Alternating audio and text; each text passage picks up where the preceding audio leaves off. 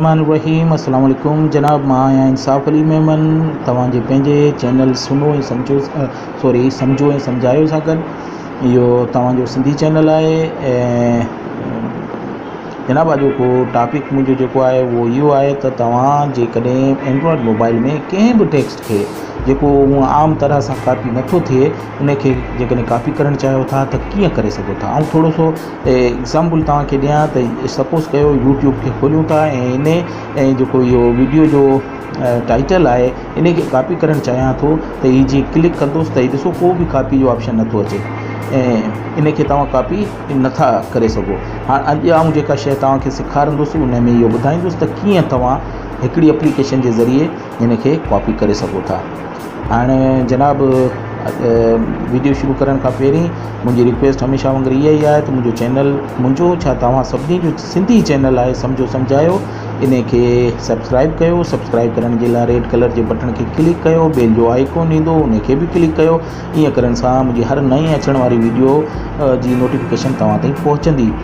मुंहिंजे वीडियोज़ खे लाइक ऐं शेयर करणु न विसारींदा ऐं कमेंट्स में मूंखे लिखी ॿुधायो त मुंहिंजो वीडियोज़ तव्हांखे कीअं पिया लॻनि ऐं जेकॾहिं को सुवाल पुछणु चाहियो था त उहो बि पुछी सघो था। हाणे हलूं था उन एप्लीकेशन जी तरफ़ जंहिंसां असीं एंड्रॉयड मोबाइल में कंहिं बि टेक्स्ट खे कॉपी करे किथे बि पेस्ट करे सघूं था। त जनाब उन जे लाइ असीं हलंदासीं प्ले स्टोर में। प्ले स्टोर खे क्लिक कयो। प्ले स्टोर खे क्लिक कंदव त जनाब हीअ तव्हां ॾिसी सघो था यूनिवर्सल कॉपी जे नाले सां आहे ऐं इन जी रेटिंग तव्हां ॾिसी सघो था 4.3। तव्हां इन खे सर्च कंदव त हीअ अची वेंदो। मूं सर्च करे छॾियो आहे टाइम जी बचत जे करे हीअ अची वियो आहे। इन जी रेटिंग 4.3 आहे। 500,000 माण्हुनि इन्हनि खे डाउनलोड करे छॾियो आहे। ज़ाहिर आहे इन में बहितरी आहे तॾहिं हाणे इन खे ओपन कंदुसि। मूं त डाउनलोड करे छॾियो, ओपन कंदुसि। पर ओपन करण खां पहिरीं तव्हांखे ॿुधाईंदो हलां जीअं ई हिन खे तव्हां डाउनलोड कंदव त हीअ तव्हांजो जेको सेटिंग बार आहे इन में इन जो हीअ अची वेंदो नोटिफिकेशन अची वेंदो जेको हमेशह मौजूदु रहंदो। हाणे तव्हांखे ॿुधाईंदो हलां त हाणे जेकॾहिं तव्हां कंहिंखे बि कॉपी करणु चाहियो था, जीअं मूं पहिरीं तव्हांखे ॿुधायो त यूट्यूब में ही जीअं आहे सपोज़ ही टाइटल आहे इन खे कॉपी करणु चाहियूं था त कॉपी नथो पियो थिए।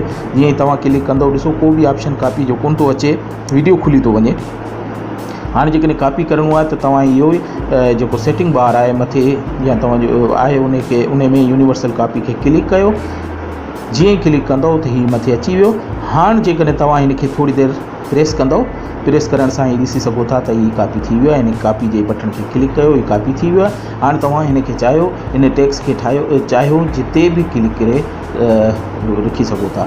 इहो सिर्फ़ु यूट्यूब में न पर हर जॻह ते ईअं कंदो। फेसबुक में बि तव्हां ईअं करे सघो था ऐं ॿी का ऑप्शन आहे जंहिंखे तव्हां आम कॉपी नथी थिए त इन यूनिवर्सल कॉपी सां तव्हां इन खे कॉपी करे सघो था।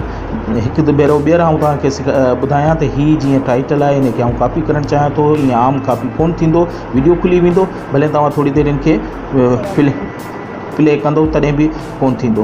पर हीअ मथे सेटिंग बार खे खोले यूनिवर्सल कॉपी खे ओपन कयो ऐं जीअं ई क्लिक कंदो हीअ अची वेंदो। हाणे जेकॾहिं तव्हां हिन खे थोरी देरि पुश कंदो त हीअ कॉपी थी वेंदो। हिन खे कॉपी करे ऐं तव्हां किथे बि हिन खे पेस्ट करे सघो था। पेस्ट करण बि आउं तव्हांखे सेखारियां थो।